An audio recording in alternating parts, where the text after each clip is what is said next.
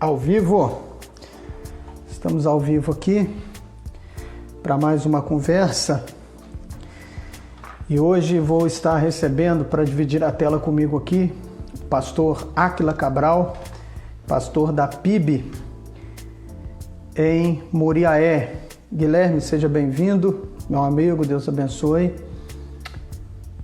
E assim que o pastor Áquila entrar, nós vamos já dividir a tela para dar início à nossa live nessa noite. Jonathan, um abraço. Deus abençoe. Jonathan de Guarapari. Guarapari está tudo parado? Se está, dê um joinha. Rodrigo Cruz está entrando. O Rodrigo agora é membro oficial aqui das lives do Fábio Milha. Rapaz, flamenguista, gente boa. Pastor Áquila Cabral. Fala, meu irmão. Paz, tudo bem?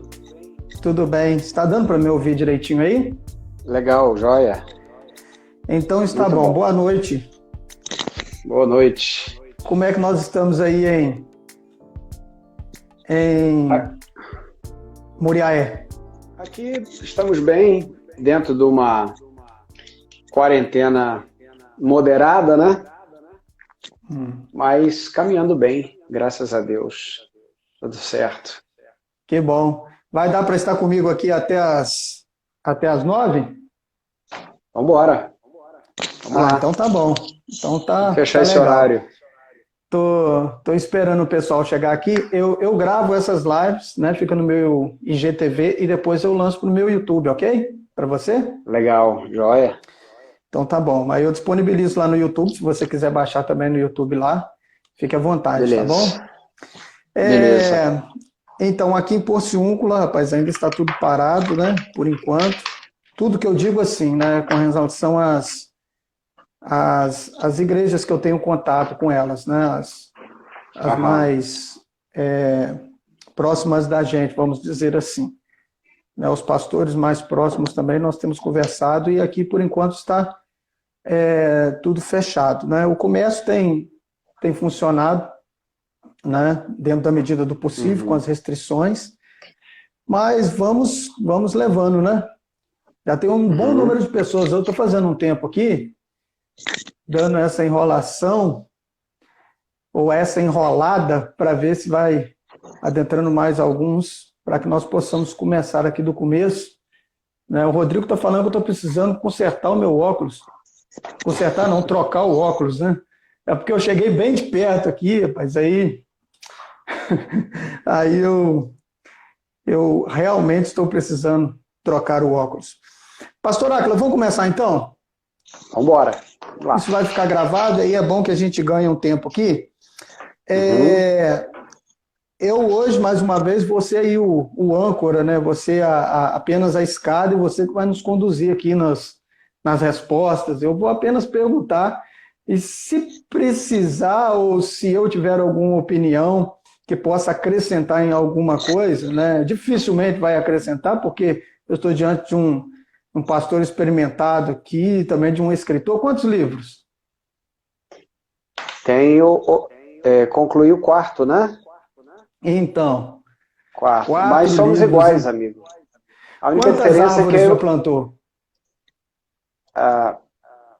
Nenhuma, falta ainda, né? A diferença é que eu já escrevi minhas ideias, você não, só isso. Eu escrevo no blog, né? Eu não sei se daqui a um tempo eu vou poder pegar o que eu escrevo no blog e for fazer um livro, né? Organizar um livro, não sei. Mas eu tenho sim uma pretensão futura de escrever alguma coisa, mas por enquanto não. Por enquanto eu estou atarefado em outras coisas e diferentemente de você que consegue acumular aí várias funções, né? Eu sou meio ruim para isso. Qual a leitura, pastor Áquila, que você faz para aquilo que nós estamos vivendo neste tempo? Com relação à pandemia, toda essa questão global, em todas as esferas, né? Em todas as esferas, porque acabou repercutindo em outras esferas, né? Economia, política, enfim, né? Olha, pastor, a gente não consegue enxergar nada sem as lentes que o Senhor nos deu para o nosso santo ofício, que é o trabalho pastoral, né? Com muita raridade a gente consegue enxergar alguma coisa sem filtro.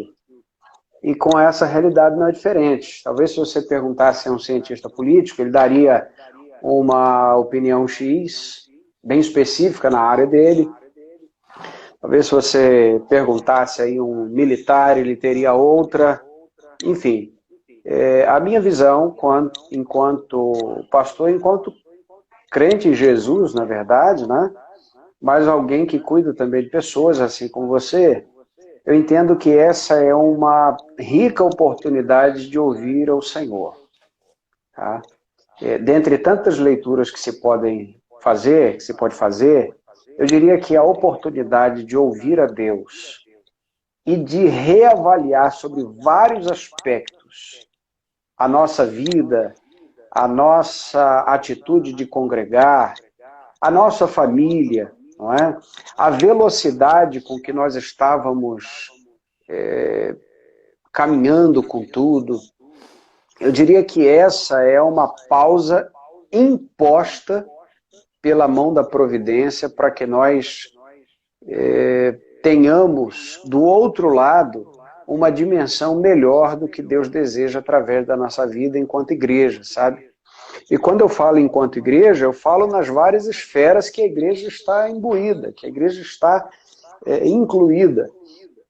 A igreja que se representa no trabalho da pessoa, sabe? A igreja que se representa na sua célula menor, que é a família, não é? Na sua estrutura menor, que é a casa do cristão, quando ele tem uma família cristã, é claro. E eu tenho visto que muito das texturas, inclusive relacionais, elas estão sendo mexidas, tá? Para mais e para menos, tá?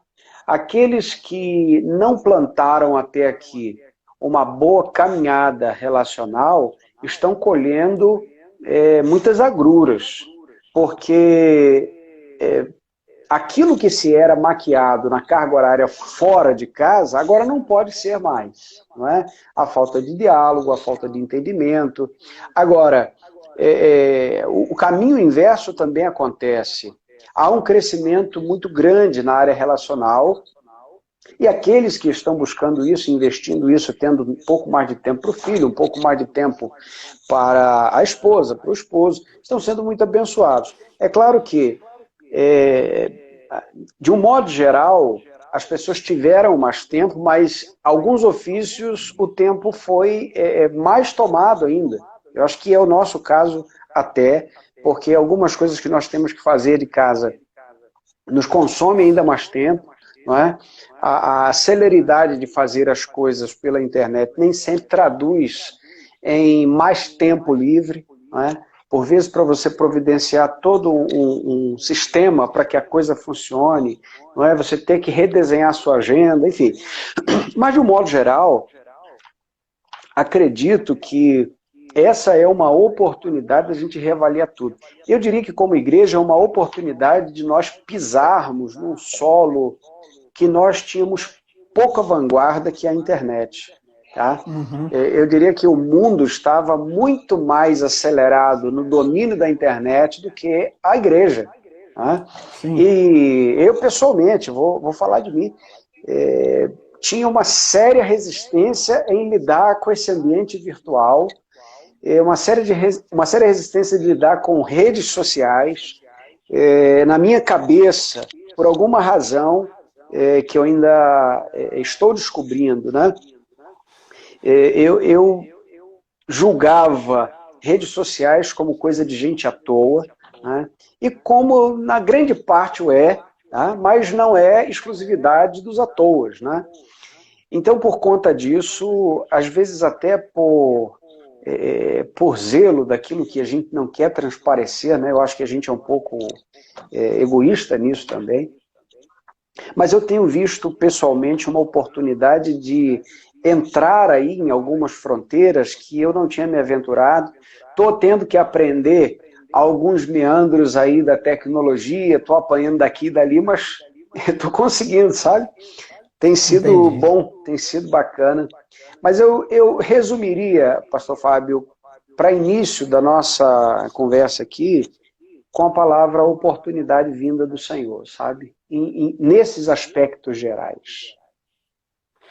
O termo, né, existe uma conotação no mandarim. Nós temos aqui, quando eu digo nós, né, nós fazemos parte, a igreja que eu pastoreio e, consequentemente, eu, tá? Ou eu e a igreja que eu pastoreio, consequentemente, de uma rede de igreja em células ligada ao MIC, Ministério de Igreja em Célula, e nós somos mentoreados de forma global por um pastor de Hong Kong. E no final do ano passado nós tivemos uma mentoria e ele esteve dizendo sobre esse vocábulo crise, né, que a crise no mandarim ela tem, em dado sentido, uma conotação de oportunidade, né, que a crise é uma oportunidade. Na verdade, não era nem a palavra crise, era a palavra mais ligada ao problema. Né, o problema, sim, problemas de relacionamento, problemas que se apresentam, né, oportunidades. Eu, no meu caso, eu já estava integrado às questões das redes sociais, mas para mim foi muito bom porque eu tive que retornar, porque eu já tinha desistido. Eu tenho um canal no YouTube desde 2012, né, assim, de forma efetiva, postando. Mas eu tinha parado porque não tinha recursos e tal. Hoje ainda continuo sem recursos, né, mas o mundo evoluindo, hoje eu tenho um celular que pelo menos grava em 4K, em Full HD, né, mas eu tinha parado, então eu retornei. E talvez esse puxão de orelha que nós estamos vivendo, né, que seria, assim, a grosso modo falando, né, um tempo que nós estamos agora vivendo de reflexão, de análise, de poder talvez buscar, né, algumas soluções para o futuro, pensando em toda essa questão, né?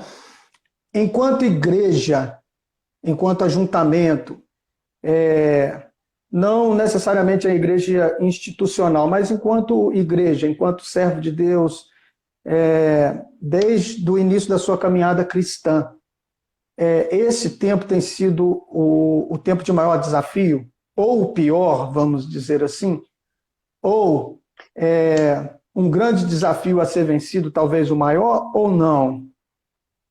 Na sua experiência. Uhum. Na minha experiência, eu diria que está entre os mais difíceis, mais atípicos. A gente louva a Deus, assim, porque quando a gente fala de dificuldade, a gente não está falando de uma dificuldade extrema, tá? A gente não está falando, pelo menos ainda, de perseguição, não é? Enfim. Mas nós estamos falando aí, eu estou pessoalmente tratando de uma dificuldade que foi um desafio realmente de encontrar as pessoas onde elas estão. Os jovens onde eles estão, os adolescentes onde eles estão. Está todo mundo na internet. O idoso está na internet. Né? O idoso está na internet. Verdade. Tem vários idosos que passam aí a tarde, a noite na internet. Porque, na verdade, isso tem sido, até uma leitura mais sociológica talvez, isso tem sido até um escape para alguns deles, que ficam sozinhos o dia inteiro, né? E como é que a gente encontra, né, essas pessoas? Eu consigo fazer chamada de vídeo com esse pessoal, né, na pandemia, não posso visitá-los, né? E isso é algo diferente para mim, sabe? Sou estranho. Então eu diria que no processo de adaptação, eu tenho apanhado um pouco. Agora, eu diria que esse é um processo que não volta mais, sabe? Alguém até perguntou aí sobre o que vai se tornar, parece que alguém fez uma pergunta, o que vai se tornar obsoleto na liturgia da igreja depois da pandemia, não é? O que que vai ser obsoleto? Bom, na liturgia cristã nada se torna obsoleto. Até porque liturgia cristã é algo bíblico e o bíblico não é obsoleto. A liturgia da igreja não é um método, é um princípio. O princípio não muda nunca, né? Sim. Então, assim, o culto tem que ter oração dos crentes, louvor dos crentes a Deus, pregação da palavra, comunhão, observância das ordenanças, não é? Ou seja, essa estrutura não é perdida. Agora, eu acredito que nós ainda vamos demorar um pouco para nos adaptarmos, talvez na pós-pandemia, do ponto de vista do método. Eu não sei, eu não consigo fazer essa leitura ainda, tá? Se as pessoas estarão aptas a uma hora de pregação, eu não sei. Eu quero crer que sim, tá? Mas eu estou pronto e eu estou me aprontando para talvez ter um método um pouco mais assertivo e continuar comunicando o evangelho sem depená-lo. Tá? Porque é possível que você fale menos, mas fale do evangelho. Tá? A gente sabe disso. Né? É possível que você trate com a igreja em 30 minutos um bom sermão, um sermão bíblico. Não é?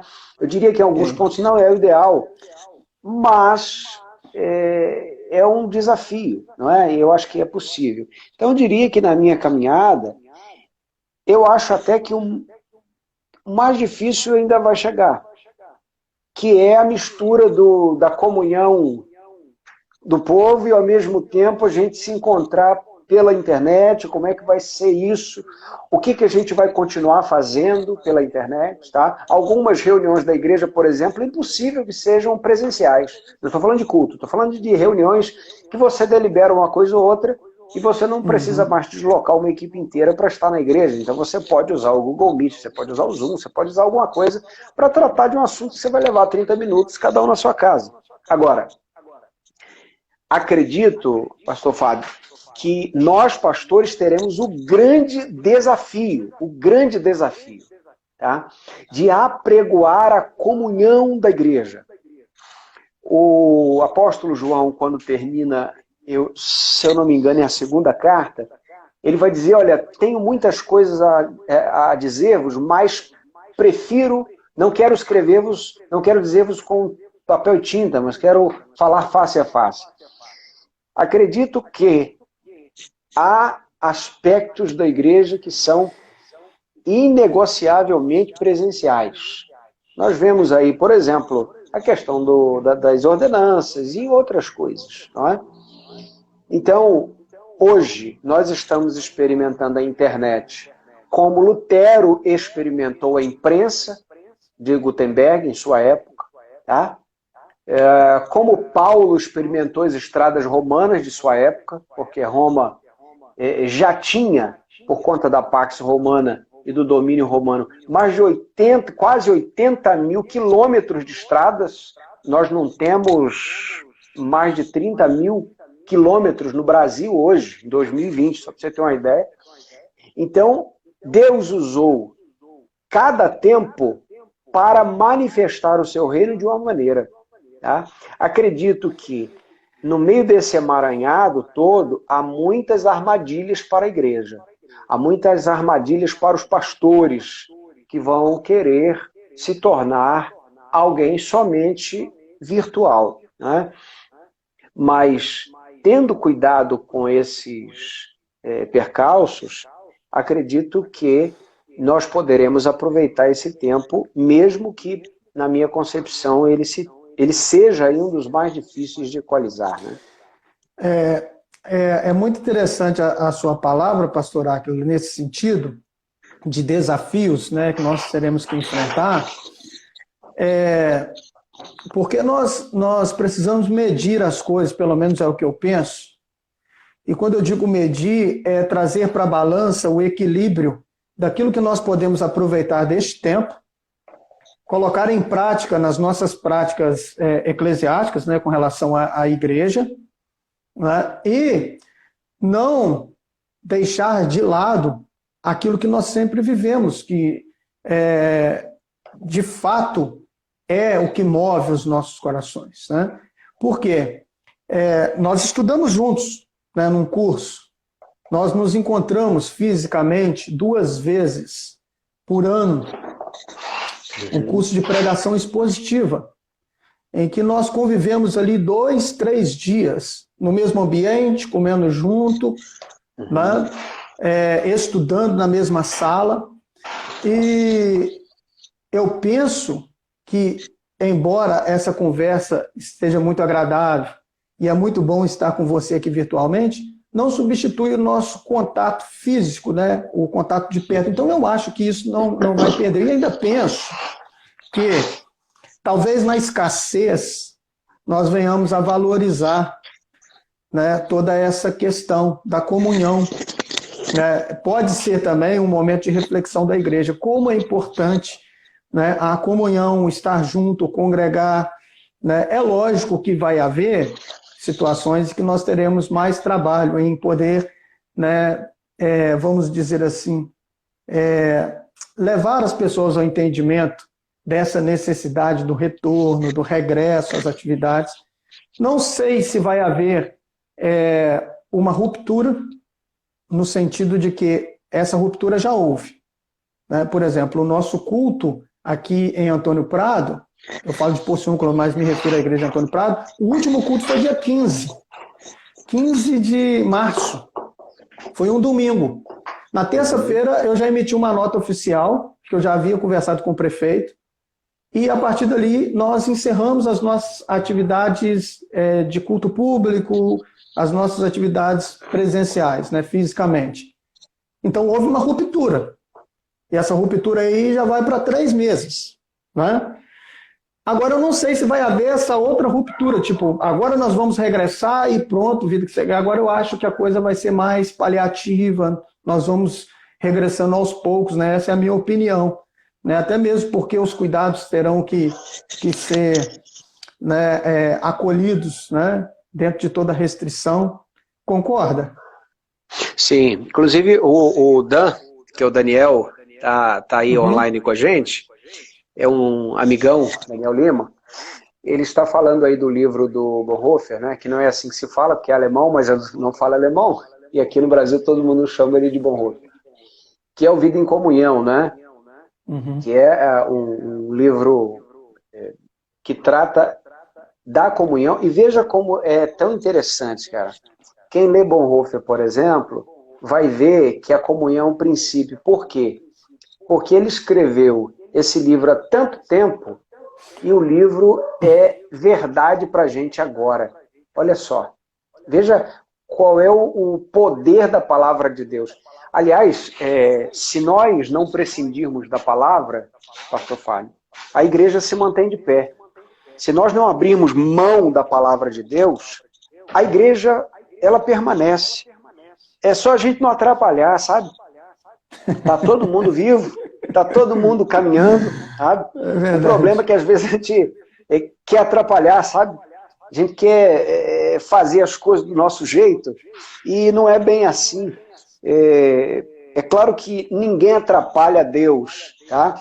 Mas é uma forma até bem humorada de dizer que às vezes a gente atrapalha a igreja, sabe? E alguém já disse que quem não atrapalha muito ajuda. Né?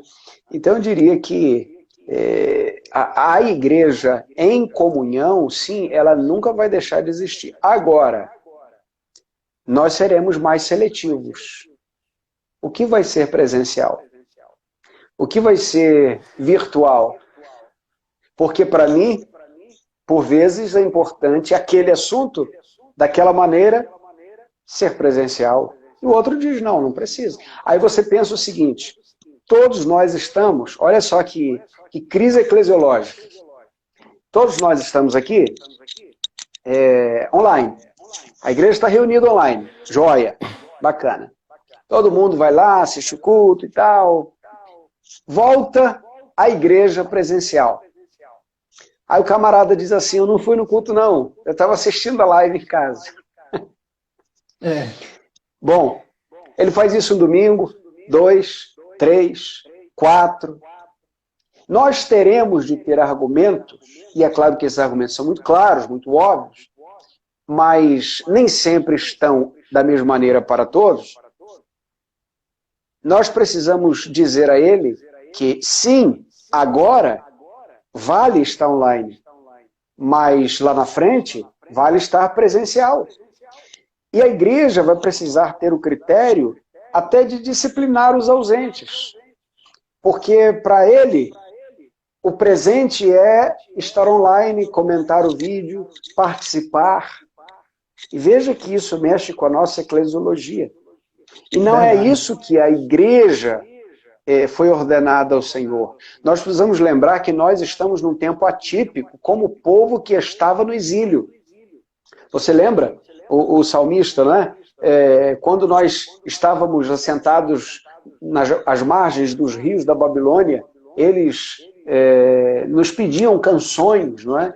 E a questão é como é que nós vamos cantar as canções se nós estamos longe de ti, ó Jerusalém? O que eles estão dizendo é que tem tempo que a liturgia do povo de Deus é empobrecida.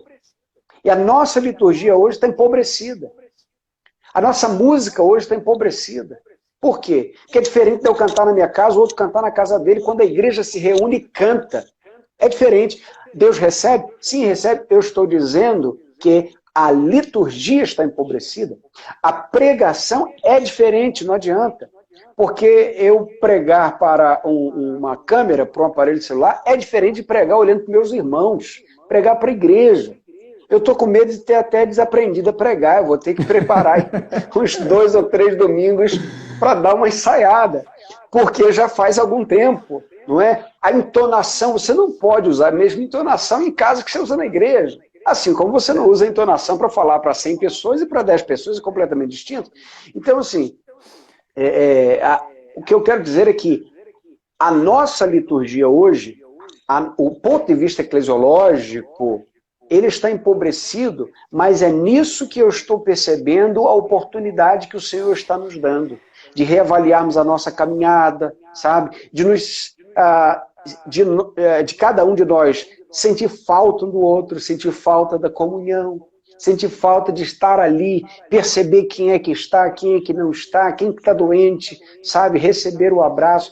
Enfim, eu acredito que nós ainda vamos aprender muito daqui para frente. Ou reaprender, né?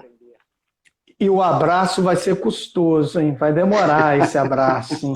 O abraço vai demorar aí um tempo. Eu acredito que deva ser uma das últimas instâncias da vitória contra o coronavírus, o retorno do abraço, que é tão importante. Eu tenho como prática lá na igreja, no momento da comunhão, nós nos abraçarmos, né? É uma prática nossa, desde quando eu estou lá. Eu não sei anteriormente, eu acredito que já havia. Algumas coisas realmente elas terão que ser reavaliadas, né? Isso que você levantou é interessante, né? Nós pensamos talvez numa possibilidade do pastor ter que avaliar se realmente vale a pena continuar com o culto online, porque isso pode trazer prejuízo. Eu estou falando em determinada situação, em determinada circunstância, pode trazer prejuízo para a própria igreja. Né? A live, o culto presencial. Ou com o culto simultâneo, né, sendo gravado, transmitido pelo Facebook, justamente pela live. Então, são questões assim que nós vamos ter que ponderar, pensar, reavaliarmos. Vamos ter que avaliar. Nós estamos entrando nessa questão da eclesiologia, sobre a teologia. Você que é um teólogo assim que eu respeito muito. Aliás, tá terminando o mestrado? Terminou? Está em curso, né? Está em curso, né? Está em curso. Eu queria falar um pouco da teologia, porque eu tenho percebido que as igrejas que já viviam... e quando eu falo de teologia, eu estou me referindo às várias vertentes teológicas que nós temos hoje. Né? Aí nós vamos para a teologia da libertação, teologia disso, teologia daquilo. Enfim, nós não vamos pormenorizar todas, mas assim, poderíamos falar das mais frequentes e talvez as mais conhecidas do público brasileiro. E eu acredito que a teologia que o público brasileiro, de uma forma geral, tenha mais acesso, até mesmo aqueles que não professam a fé evangélica, seria talvez a teologia da prosperidade, devido ao grande alcance televisivo. Boa parte das igrejas neopentecostais, eu acredito que todas, né, são adeptos dessa teologia. E eu tenho dito que a teologia da prosperidade, né, essa teologia do triunfalismo, enfim, ela tem nos cultos, né, a prática do pastor ser o ungidão, né, e ali a assembleia dos leigos, que precisam tocar na orla do ungidão para serem abençoados por Deus, né? Não existe essa ideia do sacerdócio de cada crente, não existe essa ideia da comunhão, não existe essa ideia do vida na vida. Não se trata de uma igreja de relacionamento. Por isso que eu tenho até dificuldade de chamar de igreja. Porque a igreja de Jesus, ela precisa conter em si os seus elementos, né, de característica cristã, que é a comunhão, o partir do pão, né, a comunidade, a fé, a mesma fé, né, enfim. Você percebe, neste tempo, uma teologia aí mais proeminente, que, vamos dizer assim, nós vamos conseguir perceber que aqueles que estavam dentro de uma vertente estão tendo mais sucesso na crise, mais sucesso na pandemia, e outros que viviam uma outra teologia, uma outra liturgia, uma outra forma, vamos dizer assim, de ser igreja, vão encontrar dificuldades? Entendeu o raciocínio onde que eu quero chegar? Eu acho que eu entendi. Eu diria que o pessoal da prosperidade está meio perdido agora. Tá? Aliás, eles sempre estão perdidos, só que não parece, né? Agora realmente está parecendo que eles estão perdidos. Porque eles não têm o que pregar. Por exemplo, o pessoal que prega a prosperidade dizendo que todo crente tem que estar curado de tudo, é o pessoal que fechou a igreja. E que o pastor tem que usar máscara, não é? Se ele tiver de atender o povo. E é claro que eles vão usar a prerrogativa que é ordem do governo, né? É ordem que foi dada. E aí eu não estou falando que isso é errado. Eu estou dizendo que, já que eles têm uma teologia que é uma teologia milagreira, eles deveriam manter o discurso, né? Agora eles não têm como sustentar essa teologia, tá? Então esses estão perdidos, tá? Agora, eu diria que nesse tempo, pastor Fábio, o pessoal da teologia mais ortodoxa tem crescido. Por quê? Porque o crente, quando é firme mesmo na palavra de Deus, quando a coisa rocha, ele fica mais firme ainda. Tá? Quando o Senhor, ele dá uma oportunidade de nós passarmos por uma crise, por uma adversidade, a igreja ela se fortalece mais. Quem é do barata voou, não é? De qualquer teologia, já deixou isso para lá. Tá? Agora, quem é crente de verdade está se apegando com Deus, está com saudade da igreja. E esse tempo está exatamente para nos ajudar no seguinte: aquele camarada que já não estava nem aí para a igreja, ia quando queria, quando fosse, estava prestando um favor, não é? Nesse tempo, ele já está longe há muito tempo. Ele está dando churrasco porque não tem culto. Agora, aquele camarada, que às vezes até estava ausente, mas a igreja mesmo, que ama o povo, né, ele tem agora a oportunidade do Senhor de se emendar. Né? É o que o Daniel falou aí agora há pouco. Grande felicidade por passar pela provação. E aquele que ama a comunhão, amando mais ainda. Então o povo que gosta de palavra, que gosta sabe, das bases centrais da fé. Acredito que isso tem crescido. Aliás, essa tem sido, a internet tem sido uma ferramenta muito grande, uma ferramenta grandiosa e sem precedente para o aumento da boa teologia. Tá? Se na contrapartida tem o povo da prosperidade, que já prega na televisão há muito tempo, porque eles estão na televisão, só que eles estão perdendo força. Por quê? Porque a televisão hoje já não é mais aquilo tudo. O jovem, por exemplo, não está mais na televisão. Tá? O jovem não está mais no rádio. Ele está no podcast, ele está no Deezer, ele está nas plataformas, consumindo conteúdo de áudio, não é? Na caminhada dele e tal. Então esse povo está tendo que se redesenhar. Enquanto isso, o Senhor está dando uma oportunidade para a igreja de boa teologia pregar a palavra. E eu tenho visto alguns ícones até que o Senhor tem se utilizado para que isso aconteça. Você vê bons nomes de proeminência no Brasil, bons pregadores sendo ouvidos, sendo, sabe, consumidos no sentido de pessoas assinarem os canais. Isso tem sido muito bom. Então eu diria assim que a teologia ortodoxa, e eu diria até um recorte maior, teologia reformada, né?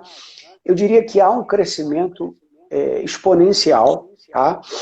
E eu não sei como é que isso vai se desdobrar depois, mas eu tenho visto como uma boa oportunidade do crescimento teológico. E eu diria até que aquilo que as pessoas tinham que fazer para crescer teologicamente, que era de frequentar um curso, de ir para uma outra cidade, de sentar-se numa sala de aula, agora está cada vez mais acelerado o processo de formação teológica, por exemplo, pelo menos a teórica, não é? Eu não estou falando formação de pastores, estou falando formação teológica, não é?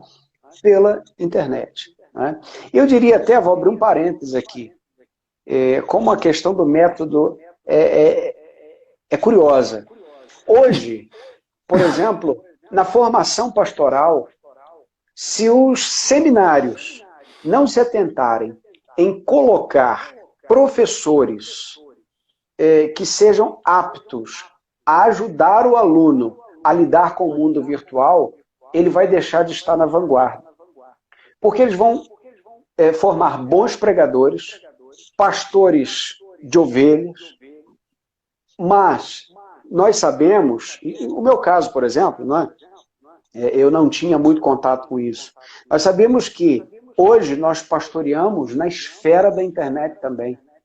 Então, acredito que um mínimo de tato o obreiro precisa ter, ele vai precisar ser instruído, não é? Aliás, esse é um desafio nosso como geração. Tá? Os filhos da nossa geração, eles já são nativos digitais. Tá? E como? E a gente tem que ficar de orelha em pé para cuidar dessa molecada. Tá? E a igreja eu acho também que não é diferente. Tem alguém fazendo uma pergunta, acho que é Patrick Lacerda. Oi, Patrick, tudo bem? O Patrick está aí. Veja aí. Esse pensamento de ir aos cultos achando que presta algum favor chega a ser falta de reverência? Aí ele faz a pergunta, né? Certo? Oh, claro, claro. A pessoa vai para a igreja, pastor Fábio.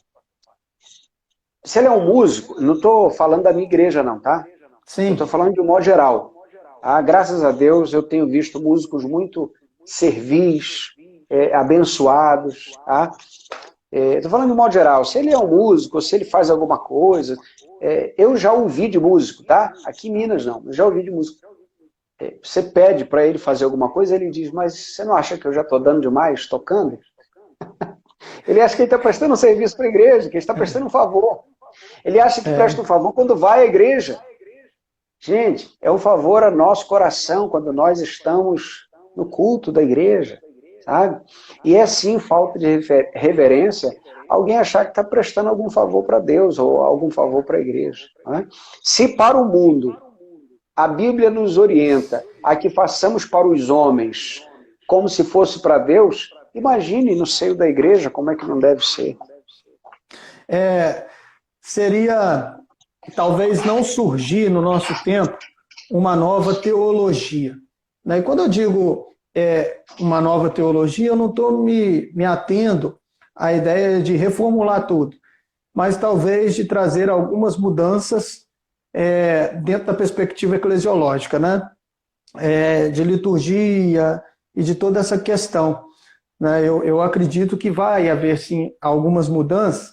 E é interessante essa ideia que você trouxe, pastor Áquila, de pensarmos, né, em toda essa questão da teologia, vamos dizer assim, a reformada, a teologia mais ortodoxa, né, que de fato, né, aquilo que traz saúde para a igreja, porque se utiliza da Bíblia, né, de forma legítima, bem interpretada.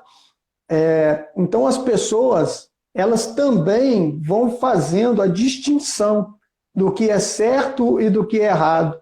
Eu acredito que é um tempo em que nós estamos vivendo que vai trazer discernimento para as pessoas. As pessoas vão conseguir, né, eu não digo todas, mas algumas vão conseguir discernir o certo do errado. Por exemplo, as igrejas que já têm a prática da comunhão, do vida na vida, né, do cuidado próximo, né, de discipulado, essas igrejas vão superar a crise com maior facilidade do que aquelas que fazem simplesmente parte de um número, né, faz parte de, enfim, de um sistema em que ela não passa de um número. E as pessoas, elas estão enxergando isso, eu quero crer nisso, né? Eu não sei se todas, mas uma parte, não é possível que não estejam enxergando isso, né? Pensando nisso, enquanto sociedade, qual a contribuição que nós, Igreja do Senhor, podemos dar para este tempo, enquanto sociedade? Como que a sociedade pode perceber a igreja como uma instituição, um instrumento de apoio, de ajuda, de auxílio nesse momento de dificuldade? Olha, não tem nada mais forte que o nosso testemunho, né, pastor? Atos capítulo 1, verso 8, o texto diz que nós receberemos poder para sermos testemunhas. Testemunha ali é marturia, né? Morrer pelo que se testifica, né? Viver e morrer pela mensagem. Eu diria que o testemunho da igreja é a maior contribuição para o mundo. Sabe? E quando eu falo testemunho, eu falo em todos os níveis, e eu falo da pregação do evangelho mesmo. Essa expressão de que você não precisa pregar, é só ter uma vida cristã que você está pregando, isso é um pouco temerário. Sim, nós temos que ter uma vida, nós temos que ter um testemunho comportamental, mas vamos pensar o seguinte, eu já dei esse exemplo na igreja, vamos pensar que você seja chamado a juízo para testemunhar de um fato, ok? E aí você se assenta lá, diante do juiz, se comporta direitinho, senta certinho, fica todo, vai com a roupa bacana, não age errado com ninguém. Isso não vai ser suficiente. Por quê? Porque quem testemunha tem que falar do que viu. O que Pedro disse? Não podemos deixar de falar do que temos visto e ouvido. Isso é testemunho. Então, o crente que diz que vai se comportar direitinho e o vizinho vai acabar achando aquilo bonito e vai virar crente também, olha, isso pode dar certo em certas situações, mas na maioria das vezes, o que acontece é que as pessoas se tornam prosélitas. Elas só querem ser como nós, no comportamento que a gente tem e só. Veja que não é o meu comportamento que converte ninguém, é a mensagem de Cristo.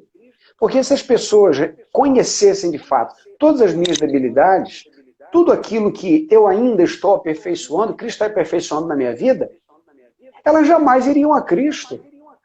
As pessoas vão a Cristo por causa de Cristo. Não é por causa do Áquila, não é por causa do Fábio, é por causa da pregação que nós temos, que é Cristo. E uma das bases da pregação é que, como Paulo disse, dos pecadores eu sou o principal. O apóstolo Paulo disse isso. Ou seja, o maior legado, a maior contribuição da igreja não é outra senão a pregação do evangelho. Por isso que quando eu tenho visto aí alguns pastores, não é, alguns seminaristas, gente que está querendo realmente fazer conteúdo para a internet, gravando vídeo, fazendo uma devocional, eu digo, olha, faz mesmo. Coloca mesmo, e eu incentivo a vocês que estão assistindo aí, se vocês puderem, leiam o texto bíblico, se você não é um mestre na palavra, se você não é um pastor, não precisa fazer curso teológico, né, online, leia um texto bíblico com alguém, ore por alguém, olha, o conteúdo bíblico nunca foi tão urgente, se você não sabe fazer isso, pegue o conteúdo que é bom e repasse adiante. Por quê? Porque a nossa maior contribuição é a pregação do Evangelho de Jesus Cristo, sabe? Nós temos aí em pauta, e aqui eu quero fazer uma digressão, temos em pauta o assunto do racismo, que está latente aí, não é? Essa tragédia que aconteceu com George Floyd, lá dos Estados Unidos, e isso se repete o tempo inteiro, não é? E eu gravei um vídeo, terminei a edição hoje, que vai provavelmente hoje à noite ou amanhã ao ar lá no canal do YouTube, o pessoal que quiser seguir lá no YouTube, não é? Acla Serra Cabral, procura lá. E eu disse o seguinte no final, eu falei, olha, é ledo engano nós acharmos que as pessoas serão convencidas do não racismo, porque nós estamos ensinando a elas que isso é errado. Você compreendeu?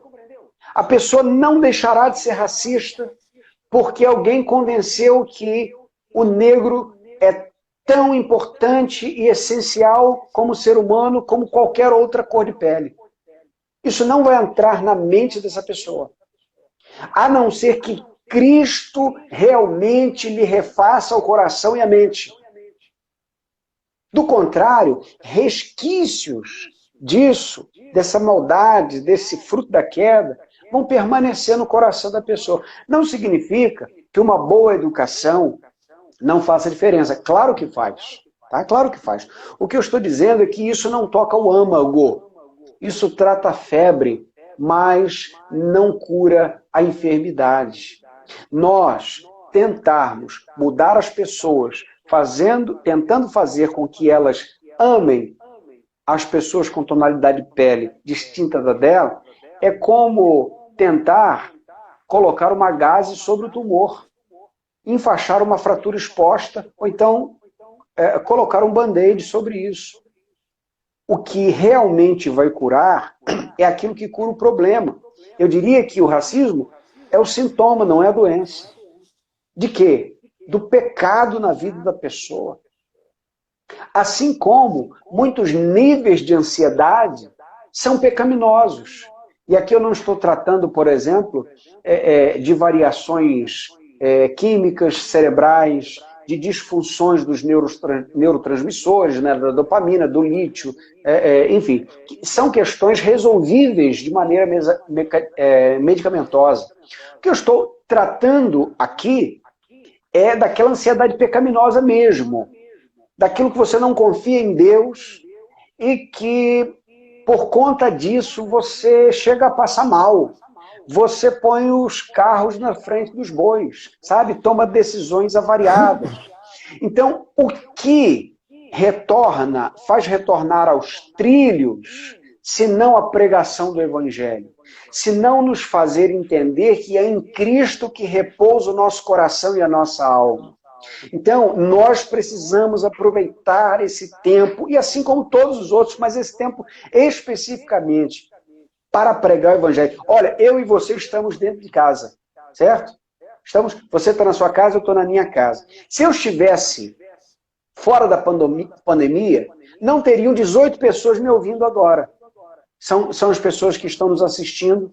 E não teriam as outras pessoas, sejam dezenas, centenas, que vão ouvir depois nos canais que essa nossa conversa será postada, né? Essas pessoas não nos ouviriam. Perceba que isso é uma preciosidade.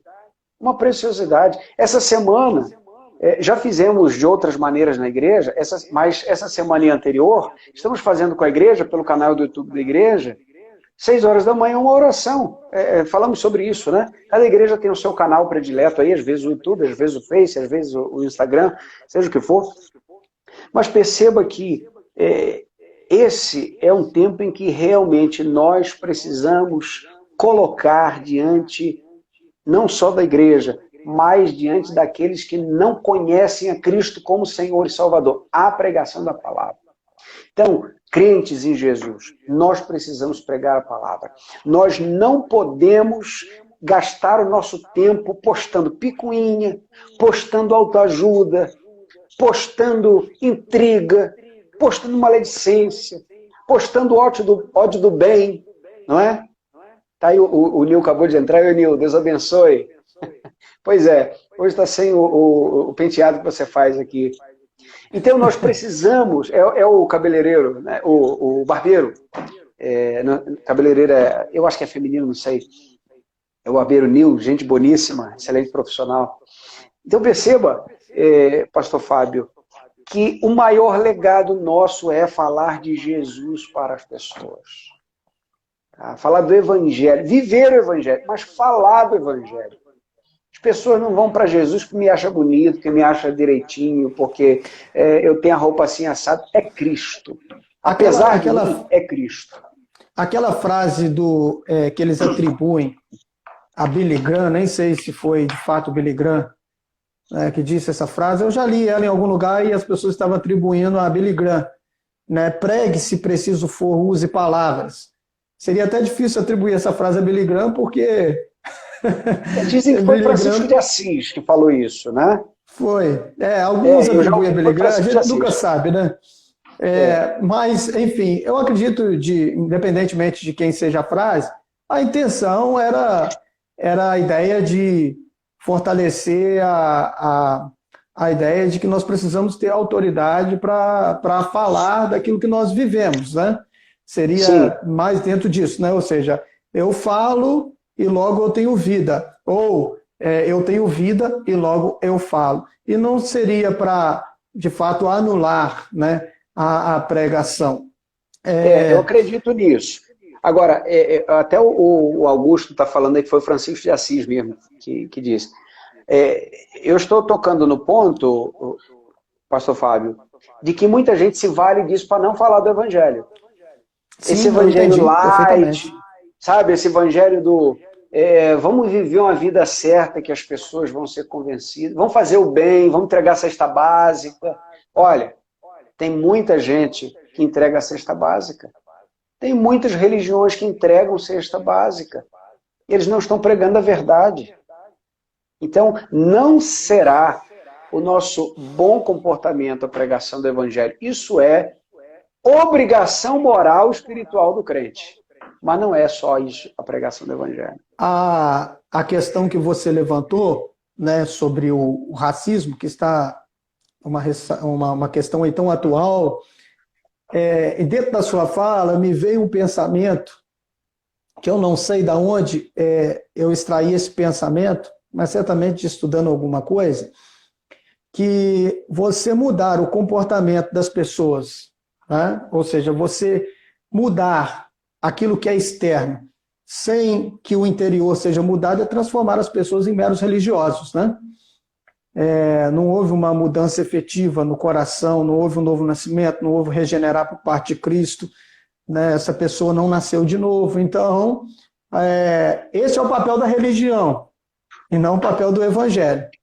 O papel do evangelho transforma a pessoa de dentro para fora em uma nova pessoa, de sorte que Paulo vai deixar isso muito evidenciado, né? Aquele que roubava não rouba mais, aquele que fazia isso não faz mais, né? A transformação. E isso é muito interessante nós pensarmos, né, sobre essa questão. Nós já estamos indo para o final, pastor Áquila, né? Já estamos aí no final, não porque nós queremos, pelo menos eu falo de minha parte, mas porque o Instagram nos limita aí a 1 hora. Eu queria agradecer o pessoal que está aqui conosco, né? Eu tenho muitos amigos, o meu irmão está aqui conosco, Legal. O Jonathan, de Guarapari, a Fernanda, lá da igreja de Antônio Prado, a Danilza, a Gisele, lá de Macaé, né? O meu irmão, já disse, meu irmão está aqui, né? Existe... E tem um pessoal aqui da PIB também, tem o Daniel, lá de Itaguaí, o a Léo de Ellen, Lila, o inspetor Simões, meu Jailson. sogro. Jailson sempre acompanha os conteúdos. Jailson, Deus te abençoe. Jailson 8203. Monteiro, a Nilzilene, daqui de Porciúncula, minha Gente de amigaça aqui de Porciúncula. Nilópolis. Ponte Nova, pessoal de Ponte Nova. Tem um guitarrista de Ponte Nova aí, rapaz. Que Deus abençoe, gente. Né? Você Legal. não está dando para ver todos aqui. Tem eu, a Priscila dizendo, né? O pessoal aí que acompanha o Instagram do Áquila. Né? Muito obrigado aí pela presença de vocês. Nós estamos terminando, mas eu queria terminar com uma Priscila pergunta. de Austin, Rio de Janeiro, lá de Austin. Deus abençoe, Priscila. Quando você falou Austin, para mim era lá de... Austin é onde? É lá na América, né? É na América do Sul aqui, o Austin é da América do Sul. Deus abençoe o pessoal de Austin. Joia. Amém. Dornelas, Cíntia, Deus abençoe. Para a gente terminar aqui o nosso papo, né, e vai ter que ser de forma objetiva mesmo, senão o Instagram vai nos cortar, pós-pandemia, nós já entramos um pouco nessa questão, mas a igreja deverá tomar novos rumos com relação à sua eclesiologia. Quais os passos a seguir? Nos dê o caminho das pedras, pastor Áquila Cabral. Meu irmão, ainda vou descobrir esse negócio. Tá? Eu diria o seguinte, nada muda no evangelho, nada muda na vida do crente. O que muda são as circunstâncias. Tá? Nós teremos de encontrar métodos mais assertivos, assim como antigamente o povo ia para a igreja com um cantor cristão. E hoje assiste no telão. São dois métodos, mas a adoração é a mesma. Então, o princípio é o mesmo, o método mudou. Quanto a método, nós vamos nos redesenhar à vontade. Desde que não fira o princípio, nós vamos encontrar o melhor jeito, não é? Sem escandalizar ninguém, vamos tentar encontrar um caminho aí. Agora, os princípios nós vamos preservar, e é isso que nos faz igreja. Perfeito. Eu acredito que nós temos aí alguns minutos ainda, e é muito boa essa colocação. Sua colocação foi objetiva, né? Foi uma síntese, mas era tudo o que nós precisávamos falar. Né? É o que eu penso. Sem ferir ninguém. Porque nós sabemos que todo o método, até mesmo o método, não estou falando de princípio, porque princípio não se muda e ponto. Não são relativos, são absolutos. Né? Mas os métodos, eles podem ser redesenhados sem ferir ninguém, com sabedoria, buscando do Senhor. Nós temos 20 segundos, suas considerações finais, pastor Áquila. Deus abençoe, meus irmãos. Muito obrigado. Pastor Fábio, obrigado pelo convite. Foi um prazer estar aqui com você. Deus abençoe. Joia. Meus irmãos, Deus abençoe todos vocês que estiveram conosco. Um abraço.